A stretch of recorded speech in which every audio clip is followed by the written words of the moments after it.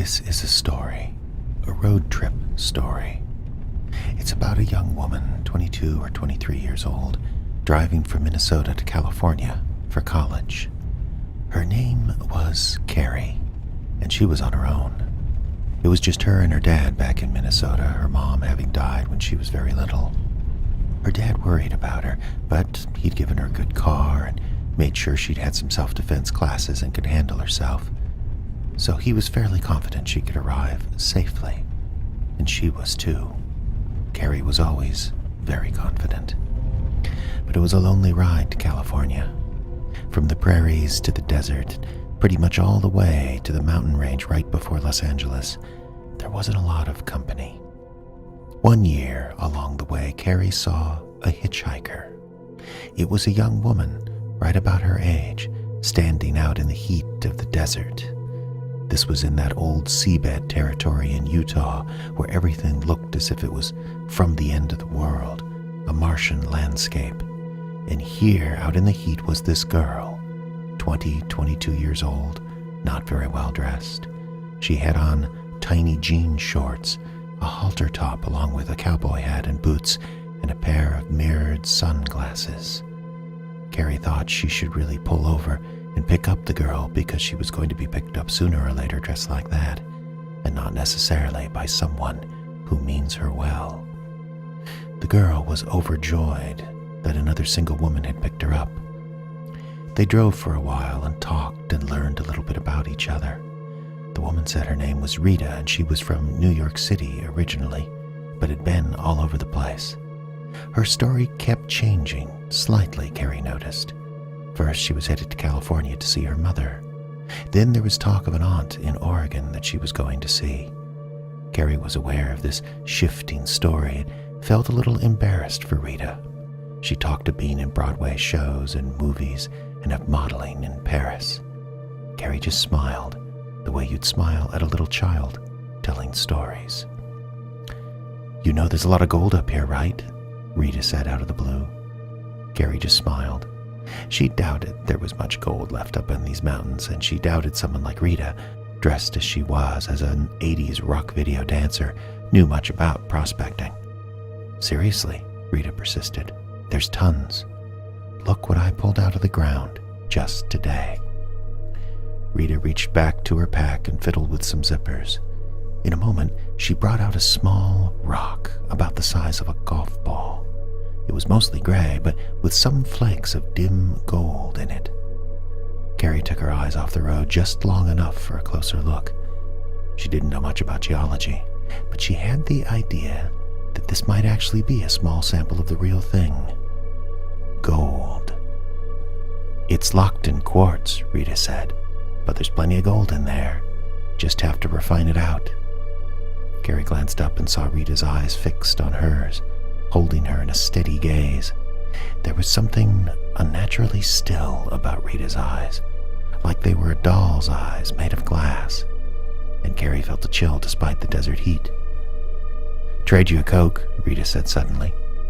"What?" "I'll trade you the Nugget for a Coke." "I don't have any Coke." Rita laughed at that. "Up there, silly. Pull over." Carrie noticed for the first time that a little gas station had appeared on the horizon, an old weathered shack with a pop machine out front and 2 gas pumps. Before Carrie really knew what she was doing, she pulled off the highway and up to the pumps. She got out, topped off her tank — it's always a good idea to get gas where you can in the desert — and was getting back behind the wheel when Rita said, "What about our trade?" She was leaning forward, holding the small rock out to Carrie with a look of childlike longing on her face. With a tilt of her head, she indicated the pop machine. "Please," Rita said, biting her lip. "I don't have any cash on me and I'm dying here. I need a drink." Carrie sighed and took the rock, slipping it into her pocket as she got out and headed to the soda machine. Carrie returned to the car, gave Rita her soda without comment. Rita popped the top and started drinking, being unusually silent as she did. Carrie pulled back onto the highway.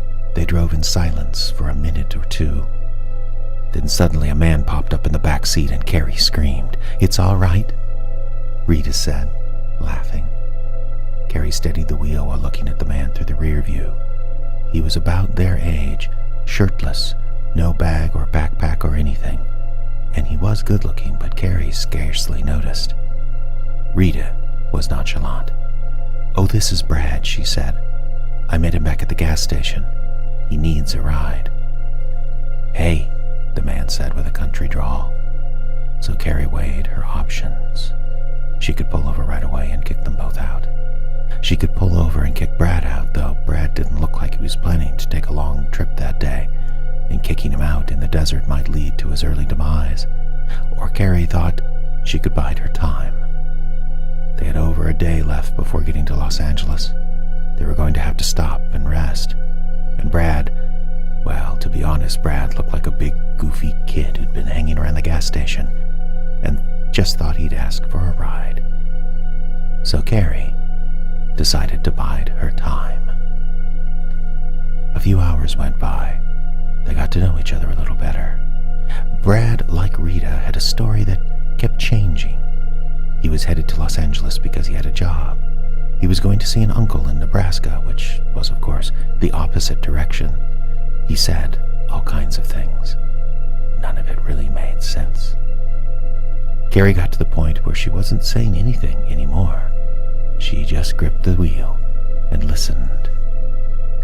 Pretty soon, Carrie began to hear similarities between the two of them. Rita and Brad seemed to be talking the same language, and she kept glancing at them from the corner of her eye and wondering if maybe they were related.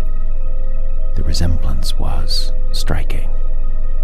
And then, out of the middle of a stretch of nothing, no cars around, Rita suddenly took off the cowboy hat and sunglasses she'd been wearing and shook out her hair. She had a very close-cropped hairstyle, almost a crew cut. And then she looked right at Carrie, and Carrie took her eyes from the road and looked right back. And Brad leaned in from the back seat and put his face right next to Rita's, and it was then that Carrie saw it. They wanted her to see it. They were twins. Brad just looked at Carrie and laughed, and then he leaned back and stared out the window. Carrie drove on. Nobody said anything for a half hour or more, until Rita, without any preamble, said, "Hey, Brad, tell that story about old Douglas." Carrie didn't know what she was talking about, of course, but Brad did. Brad started right in. "Oh, the one about old Douglas," he said. "Yeah, he was a prospector around these parts way back in the gold rush days, 1800s. They called him Old Douglas because he was a little different than your average prospector. He was a college professor from Boston, got the gold bug and came out west. He was just one of the many prospectors who claimed to have found the lost Dutchman's mine. These guys would go out into the desert and go crazy with heat. They claimed to find caves lined with the purest ore you've ever seen. Millions of dollars just sitting out there, waiting for someone to pick it up. But, as the story goes, they'd always get sidetracked by a storm or something and could never find their way back to the claim. The Old Douglas claim was one that people talked about a lot, on account of Old Douglas being an educated man. Everyone figured he wouldn't be quite so inclined to flights of fancy as some of the other prospectors. So a lot of people have gone looking for Old Douglas's claim. After a while, serious prospectors gave up, but the kids didn't. The kids in this region went out looking for it all the time, even up into modern times. Sometimes on dirt bikes and dune buggies, sometimes just on foot, walking off the road into the desert, walking off the road looking for the first telltale signs that was supposed to lead to a series of clues, taking you up to a mountain pass where the claim was supposed to be. Then Brad said, "Rita, why don't you tell the rest?" By this time, Carrie's heart was beating fast. She was frightened but didn't know why. She didn't really know who these people were. She didn't know what they wanted from her. But she did know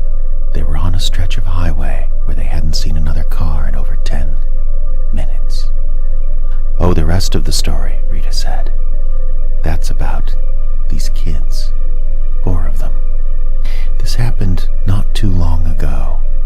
These kids went up into the hills one July weekend on a whim. They went looking for old Douglas's claim. 2 of them got out. The other 2 didn't. The other 2 walked off into the desert and disappeared forever." Carrie could feel both of them watching her.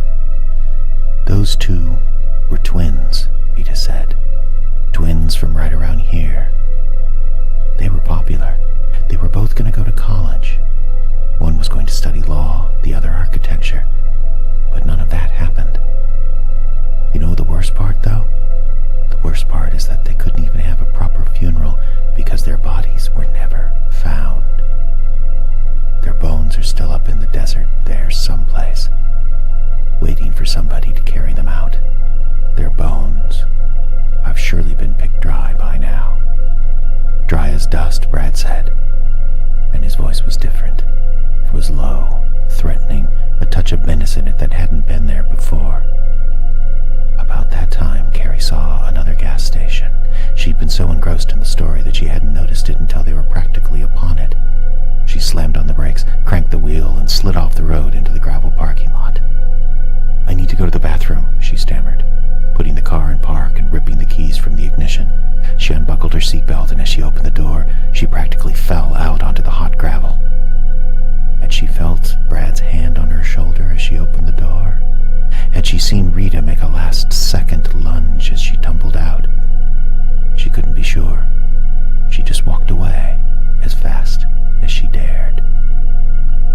Carrie went into the gas station, which was not a chain but a beat-up independent, with filthy baseball caps on the ceiling and fishing gear on the walls, even though there didn't seem to be any water anywhere in the whole county.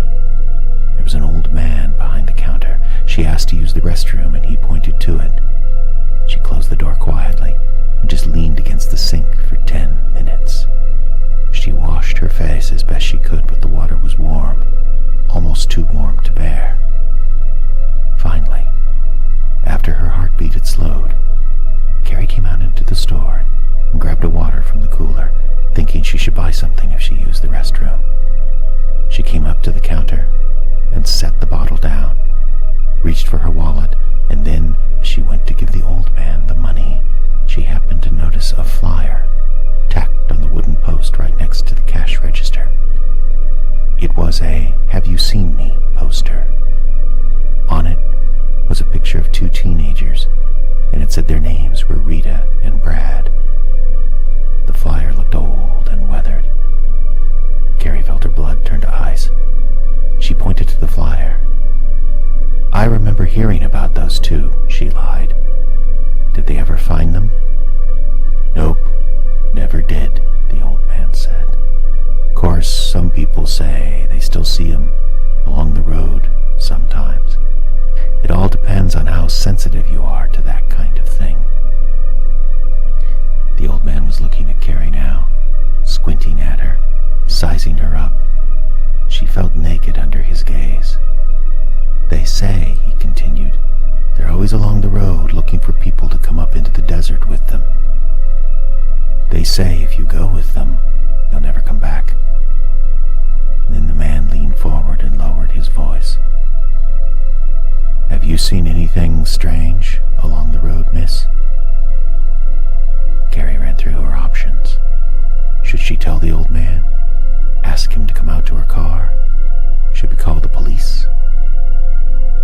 And then just like that, it was like a great weight was lifted from her shoulders. And she went out through the doors, out into the parking lot, without another word. She could hear the door chime beeping because she had forgot to close the door behind her when she tumbled out. And there in the back seat, and in the passenger seat, were